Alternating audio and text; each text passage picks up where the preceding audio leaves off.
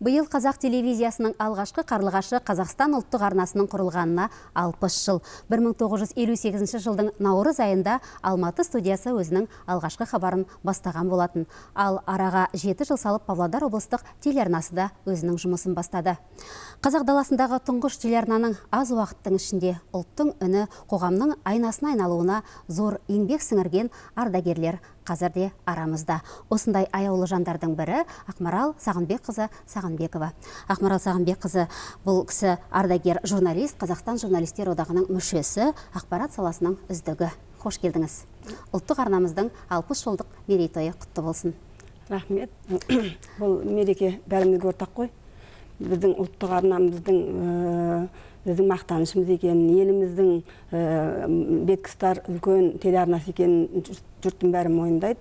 Енді 60 жылдық тарихы бар ұлттық арна бұған дейін аралас тілде, мысалы орыс және қазақ тілінде хабар таратып келген болсақ, соңғы жылдары ұлттық арнамыздың ең үлкен жетістігі көрермендердің қуанышына айналған мынау мемлекеттік тілде тек қана хабар тарататындығы.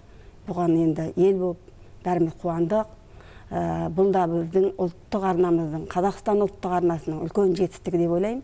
Өзіңіз журналистика саласына қалай келдіңіз? Журналистикаға деген қызығушылық, махаббат қайдан туындады? Қай кезден бастап бүйрегіңіз бұра бастады осы салаға? Бүйрегім бұрды ғой. Мен өзім әдебиетті жақсы көрдім. Әдебиеттен шығармадан 5 аламын. Еркін тақырып деген мен тура енді Алладан сұрап аламын. Еркін тақырып берсе, мен оны ой-бой роман жазып тастаймын.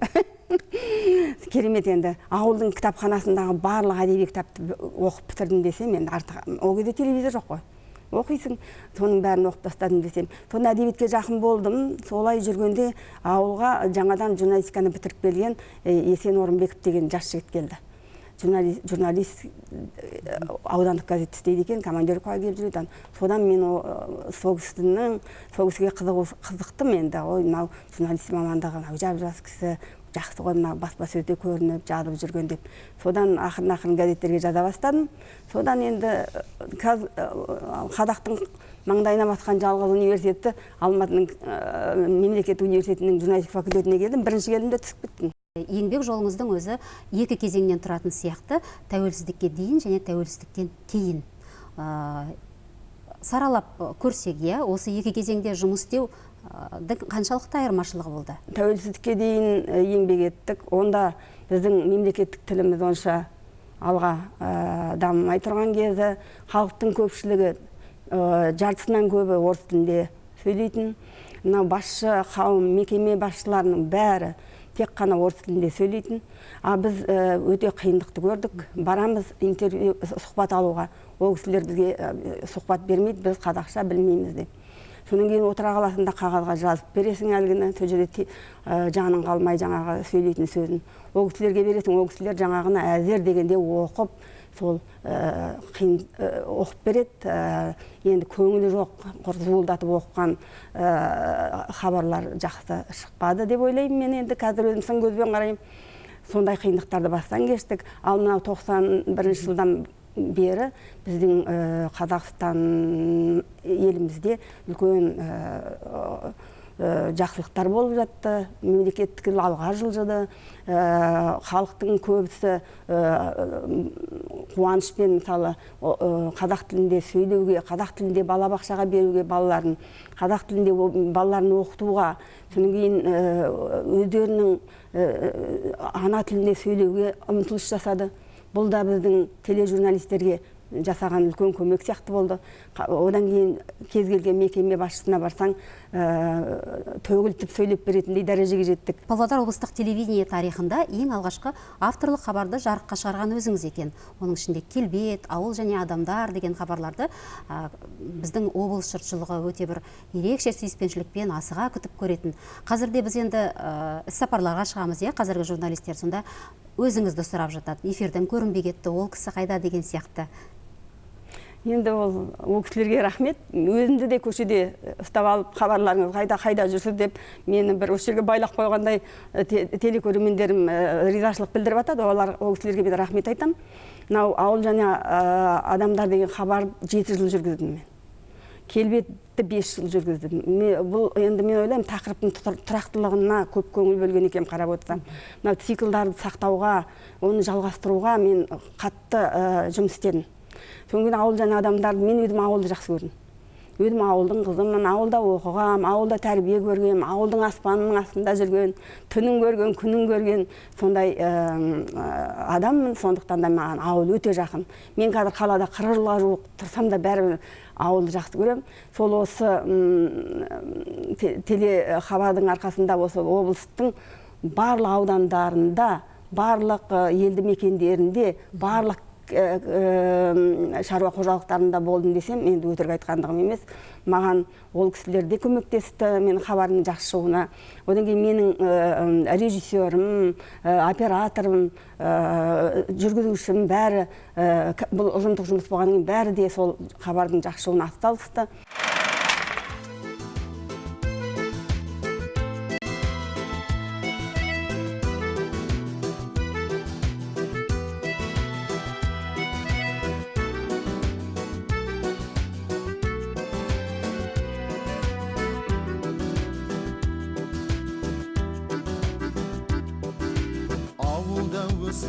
Шаңына аунап еркелеп, оядан ұштым, қатайды қанат ертереп. Асығып алда бақытым күтіп тұрғандай, армандар асқақ, қиялдар қилы жетелеп. Сапарына сары әлемді ілестіріп алдың күзде жетті. Үлесінен құр қалғандай табиғат ана өз әміріне кірісіп ақ кеткен. Айнала күз суреттері. Біз мінген көлік домбыраның қос жиегіндей тас жолмен зулап келеді. Майқайың кентіне жеткенше күн шайдай ашық еді. Баянға жақындаған сәтте аспанды зембілдей ауыр бұлттар торлап, күзгі жаңбыр тамшылары терезеге тырс-тырс тама бастады. Күздің көріністерінің кейбір сәттерін таспаға түсіріп, тәжірибелі оператор Анатолий Классин келеді. Қызық, талайларға арман болған сұлу Баянның аспан әлемі де өзгеше. Қазбауыр бұлттар жерге тым жақын-ақ, қол созсаң жететіндей. Кербез Баян өзге елді мекеннен тым жоғары биік тұрғаны ғой сонда. Алыстан тау сілемдері көрінді. Сендер қайдан жүрген маймансыңдар дегендей тым кербез. Әлемдегі түрлі түстер осында Баян өңірінде. Біз зулап келеміз. Әдемі табиғат біздерді құшағына алды, жатсынбады. Биыл қыс кезеңін лайықты өткізу үшін аймақта 635 мың тонна жемадық дайындау қажет болса, Баян елі осы көлемнің бір шамасын игеріп тастаған. Ауыл әкімі біздерді шабындық басына алып келді. Техника үніне бөлінген дала төсі еңбек симфониясын еске түсіреді. Шабындықтың әр жерінде төңкерілген кеседей үйілген мая. Кеш батып бара жатса да жұмыс қыла түскен. Үйілген пішенді қыстақ басына жеткізуге асыққан шөпшілер біздердің келгенімізді байқағанда жоқ. Күн қабағын түйіп жаңбыры сіркіреп тұрса да, еңбеккерлер жұмысын тоқтатар емес. Біз де еңбек үніне ілесіп тоңғанымызды ұмытып кеттік.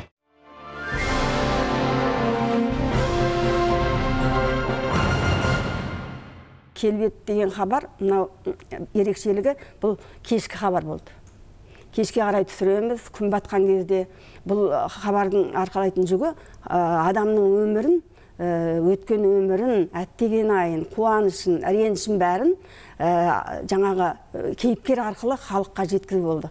Бұл кешке қарай түсірілетін хабар болғаннан кейін бұның да қиындықтары болды. Айтыңызшы, қандай қиындықтар болды? Енді қарап отырыңыз, жаздың күн 11 деп атады. Сен мынау камераны ұстап, режиссерді, операторды ұстап 11-ге дейін телестудияда отырасыз. Қараңғы түсу керек, сіз бармайсыз. Қараңғы түсу 11-де. Ал қыстың күні сағат 6-та болады, бірақ онда күн суық болады. Сондай қиыншылықтар болды бұл хабардың. Бірақ бұл хабар адамның өткен өмірін көз алдына келтіріп, кейіпкердің сезім қылын тура басып, оның әттеген айға жеткізіп, өткен өмірін айтқызып, көзіне жас келтіру біздің ұжымның басты мақсаты болды. Біз сондай нәтижеге жеттік. Стендап деген болады ғой. Сол стендапқа жазылуға бардық. Жұрттың бәрі киініп алған, дірдектеп өтіп жатыр. Мен жалаң бас ана жерде стендабымды айтып тұрмын. Бас киім киюге болмайды. Енді ол журналистік этика. Бас киім кимейсіз. Шашым бәрі, басым тоңып барады, бетім үсіп барады. Сонда да болса сол хабарды 40 градус аяда жазып шықтым мен. жазып шықтым. Бола берген кезде режиссер жүгіріп келіп, ойбай Ақмарал сенің бетің түсіп бара жатыр дейді. Сондай қиындықтармен жазылды. Бірақ енді халық үшін жасалған жұмыс болғаннан кейін оның рахаты, анау эфирден көресің ғой, сонда бір нәтижелі әдемі хабар шыққанда бір жасайсың енді. Бір өмір сүргің келеді, ана хабарды көрген жалғастырғың келеді. Ұжымыма рахмет, маған өзіме жағдай жасады. Түнгі 11-ге дейін камера көлікті беріп қояды. Бүгін түсіріп келеміз, бүгін үйді барып түсіріп келсек, екінші күні стендапты жазу керек дейді. Сондықтан мен ұжымыммен шығармашылық еркіндік болды. Жағдай жасады маған. Келбет бағдарламасын дайындау барысында өзіңізге қатты әсер еткен кейіпкеріңіз болды ма? Ой, көп қой. Келбеттің өзі облысқа танымал адамдардан жасалып отырды. Облысқа танымал, отбасы да, өзі де облысқа сіңірген еңбегі, облыстың алдында жүрген азаматтар мен азаматшалар туралы жасадық қой ол хабарды. Жүсіпбек Аймауытов атындағы облыстық музыкалық драма театрының әртісі болды. Шолпан Байғабылова туралы хабар. Әлі күнге есімде ол кісінің айтқан әңгімелер. Одан кейін облыстың сол кездегі екінші хатшысы болып еңбек еткен, кейіннен өзінің жолқынып мен слесарь болып кете аламын деп трактор заводына барып слесарь болып кеткен Қабиолла Шәкәримов туралы хабарлар енді қайталанбайтын хабарлар деп айта аламын.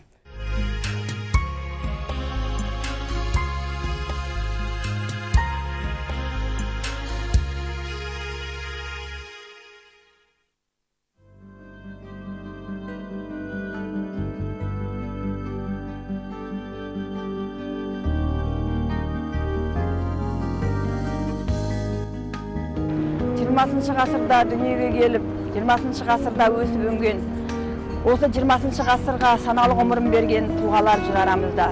Осындай ардагер ағаларымызды көргенде, Алла, менің қолымнан келетін істі атқаратындай қуат бер, өзімнің қолымнан келмейтін іске ұмтылмайтындай ерлік бер, және осы екеуін бір-бірінен ажырата алатындай ақыл бер деген қанатты сөз еріксіз ойға оралады. Өмір заңы қатал, сәл-пәл босаңдық танытсаң жағаға шығарып тастайды. Ерінуді серік еткендер көш соңында шаң жұтып қала беретіні тағы бар. Ал өзіңді қарапайым халыққа сыйлату, атқарған ісіңді бағалату деген керемет қой. Қабидолла Нұрсынұлы өз орнына қызметке алынсын деп тайлы тұяғы қалмай трактор заводының жұмысшыларының ереуіл ұйымдастыруы қабаңды сыйлау емес пе?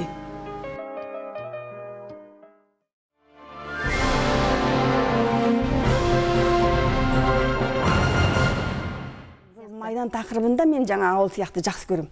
Майдан тақырыбында өнді мектепте ауыр тақырып. Енді біз баяғыда кинодан ғана көріп жүрдік, кітаптан ғана оқып жүрген оқиғаларды жаңағы болған жерлеріне барып, аяғыңмен басып, жаңағы жерде окопта тұрып, мына жерде зираттардың арасында тұрып, мына жерде дубовой қада болған, мына жерде Әлиям Молдағұлованың қайтқан жері мынау деп, мына жерде Мәлік Мәметованың окопы деген жерлерде денеңіз түршігеді ғой.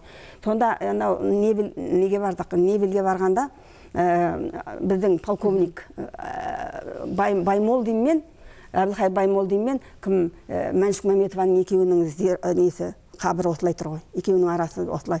Сонда полковник Әбілхайыр Баймолдин өзі арулап аттандырған екен Мәншікті. Өзі қазақтың қызы болғандығынан, өзі командир болғандығынан, жаңа өзінің қаны тартып жаңағы Мәншікті. Енді біраздан кейін өзі де барып сол жерде жерленген ғой. Сонда біздің екі керемет беткістар жауынгерлеріміз сол жерде жатыр. Қалайша толғанбайсыз? Толғанбайсыз. Одан кейін Әлияның басына барасыз. Әлияның басында көк құтан ұя салған төбесінде. Бұл да бір керемет жақсылық символ дейді ғой. Псков облысына 2 рет бардым мен. Псков облысында Новоржев, Новосокольники, Невель, Великий Луки, Псковтың өзінде неміс басқыншылары 3,5 жыл қоршауда ұстап отырған ғой бұларды. 3,5 жыл бұлар гитлершіл басқыншылардың езгісінде отырған. Содан аман қалған халық бүгінде қандай да болса бір құрметке лайық. Мен Мәншіктің қайтыс болған окопында жатып стендап жасадым ғой. Сонда Жұмабек Хамдин айтады, ой, үстің былғанады деп ойламайтын ба? Мен айтамын, үстің былғанса былғана берсін. Апам жатқан жерде жатып стендап жасаймын деп, микрофонмен жатып стендап жасадым. Украинаға бардық, үміткеніп атамызды деп, үміткеніп атамыздың басына ескерткіш орнатып қайттық. Ол жақта да ол кісіні алақанға салады. Батырдың туған жерінен апарған топырақты зиратына салып, туған жерінің бір сүйем топырағын жамбасына бассын деген едік. Осы киелі топырақ иісі елінің сәлемін жеткісін дегендік.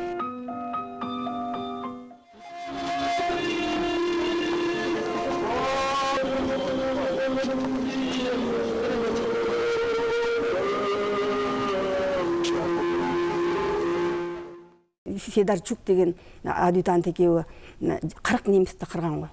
Соның тұрған жерінде тұрдым мен. Түнгі мына қара жол жатыр. Қара жолда айтады ана Федорчук. Мына жақтан дейді, немістер қаптап келе жатты дегенде, тура мен айтамын ана менімен барған операторға, Рафаэльге. Мен сол жерде тұрайын, сол жерде мен стендап жасайын, сен мені түсір дейді. Ана жақтан немістер келе жатқан жақтан дейді. Сондай денем түршігеді енді көргенде. Тарас Шевченконың елін, Украин жерін мәңгілік мекен еткен қазақ халқының даңқтылы Серікбай Мүткеновтың рухына бас иген біздер елдің атынан батырдың әруағына арнап құрмалдық шалдық. Ауылдан апарған құрт ірімшігімізді дастарханға қойдық. Дәмі тілі үйірген ұлттық дәміміз украиндықтарға ұнап қалай дайындалатынын тәтпіштеп сұрап жатыр. Осылай атамыздың әруағына арнап құран бағыштадық. Осылай ел аманаты, қазақ халқының ұлттық дәмін бауырлас Украин халқына ұсындық. Өзге елде өгейсімесін деген ниетте Серікбай атамызды іздеуші елі бар екенін таныттық. Қазақтар дегенде жаңағы украиндарда, жаңағы Псков облысы, Ресейде де алақанына салады. Батыр халық бұл, батыр халық деп.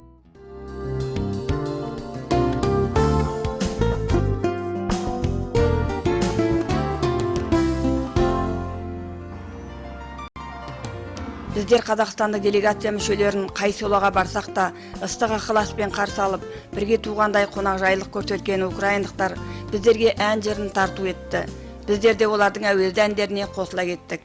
Гостей ми зустрічаєм дорогі, і хочемо доземно поклонитися, на рушнику хлібці вам піднести. Украина және Киев үшін болған соғыстағы оқиғаларды Ұлы Отан соғысының тарихынан оқып біліп жатырмыз. Мына Звенигород үшін болған шайқаста әр ұлттың өкілдері өздерінің тағдырларын тарихта таңбалаған. Міне осы бір жерде бірінші және екінші Украин фронты кездесіп, неміс басқыншыларына соққы берген. Қай жерге барсақ та біздерді бауырластар зиратына апарып, олар соғыста үкіметінің көлденең тартты. Бақай шағына дейін қаруланған неміс фашистерінің бейбіт адамдарға, оның ішінде балаларға жасаған қысастығын естіп төбе құйқамыз шымырлады. Балалардың зиратына, көптеген соғыс құрбандарының зираттарына барып тәу еттік. Украиндықтар өздері екінші хатын атап кеткен Павлополь бауырластар зиратына барғанда соғыс салған оқиғаны естіп денеміз түршікті. Бір селоның адамдарын екі полицей балтамен бастарын шауып жайратқан. Олардың жүзінде еш аяушылық болмаған дейді. Тұтас бір селодан тек бір бала ғана аман қалған. Ол бала оқиға алдында жоғалған шошқасын іздеп ауылдан ұзап кетіп, әйтеуір аман қалған. Келсе тұтас ауыл қызыл жоса қан дейді. Осындай қанқұйлы оқиғаны Украин халқы ешқашан ұмытпақ емес. Осындай соғыс қиындығын көрген украиндықтар соғыс сұрапылының зардабын ұмытпай әрдайым есте ұстайды. Олардың өткен тарихқа құпты қарауы үйренерлік жайт.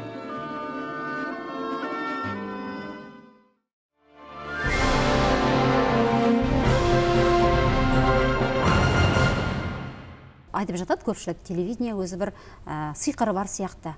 Бір телевидениеден алыстасаң, қайтадан айналып кеп, сол маңайдан шыға алмай қаласың дейді. Келсесіз бе? Келсем. Бұл енді бұны қатты айтады жұрттар. Сен қайта сиқыр деп жұмсартып айтып отыр.